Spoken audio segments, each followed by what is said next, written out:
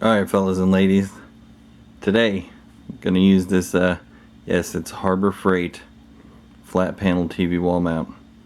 It's the cheapest one they have.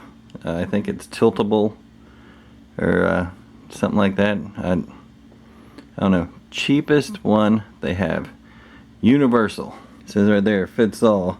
VESA and non-VESA mounting patterns. 800mm up to 400mm. It is tiltable from 0 to 12 degrees. Low profile mount, easy installation, cable access, routing, yeah, wood, metal studs. We're gonna go ahead and find some wood studs in this. Even though this old Sony TV doesn't weigh much, I mean, you literally can pick it up with one hand. And it's 48 inches, so I mean, it's not a bad size TV. We're going to go ahead and put it in the studs. We're not going to trust wall anchors. You should do the same. Find studs. And it says all the hardware is included. Okay, and this is everything that was in my package. You got your mounts to your TV right there. The mount to the wall right here. Looks like there's an extra screw in there. So, oh no, actually it come out of this. No extra screws for you.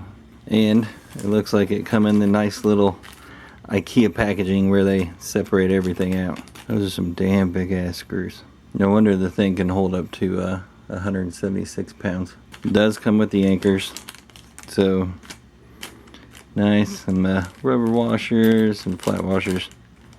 Yeah, looks like everything's in there. Let's try to see if we can figure out how to do this. Because I'm not reading those.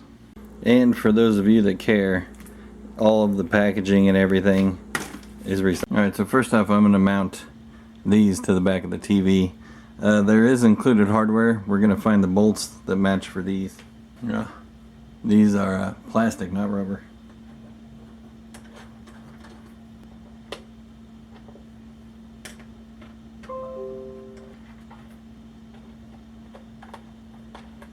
Okay, so this Sony TV actually has two different sizes of screws that go into the back of it to hold the TV mount on.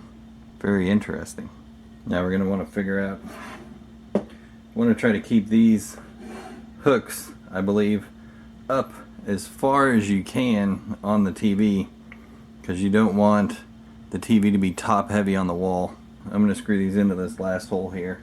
These do have these funny looking fan locking washers, which we're gonna go ahead and use. But also another thing on this, keep that pointing outside. That's how you adjust your tilt. You have to be able to get to that and loosen it.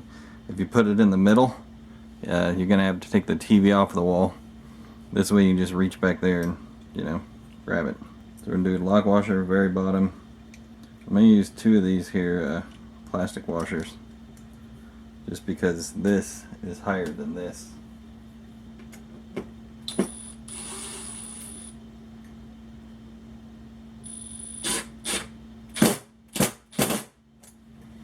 Now, I'm sure that somewhere online there's a torque spec to these. We're using one on the Milwaukee Fuel Gen 3. Whatever the hell the torque is on the 2553 on number 1. That's what we're using on the back of the TV. Right now I'm just kind of going through all my assorted washers. And I think how I want to do this is lock washer, flat washer, straight into the bracket there. Alright, that seems solid. Again, one, do not get these over tight. It's plastic. Even though these threads are metal on the inside of this TV, the thing that's holding those threads is plastic. You get too much oomph on them, you're gonna break shit. Again, lock washer for this TV, very bottom hole, and then two spacers. Bottom one again, lock washer, flat washer, straight to the hole. Number 1. Now, that's not coming off. So let's go mount this bracket on the wall. Right here we need to find the studs and drill our holes, pilot holes for our lag screws.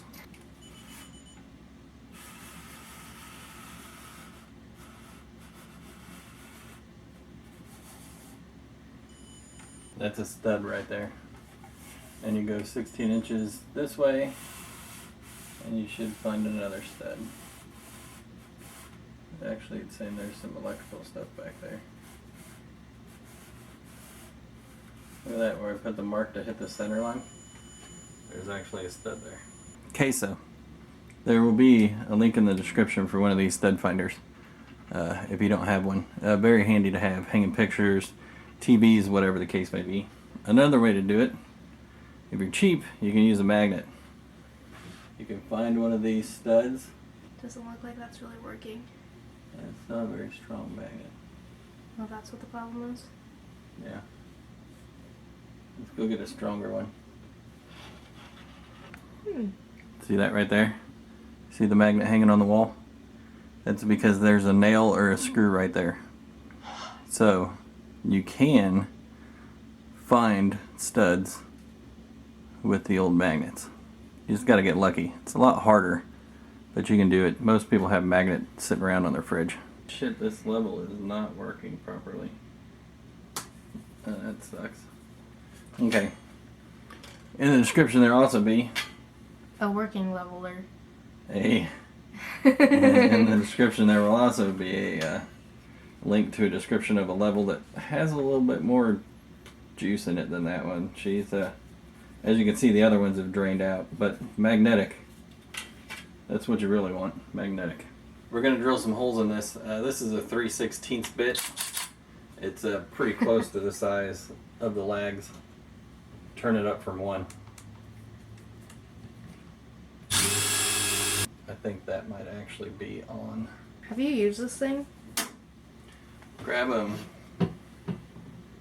Yes. Do you like Put it back. Wow. I fucking... I drilled that hole right there.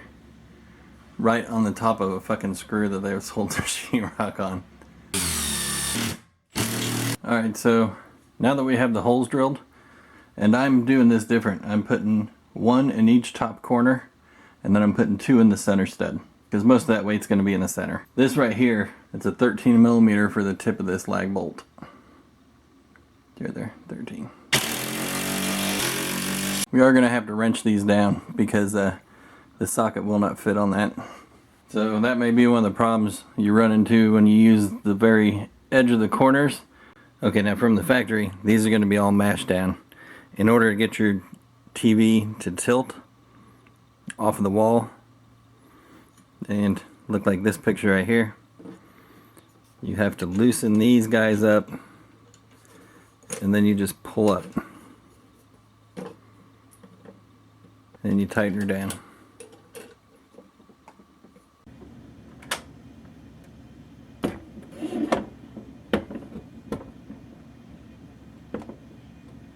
I just gotta tighten up them screws on the bottom.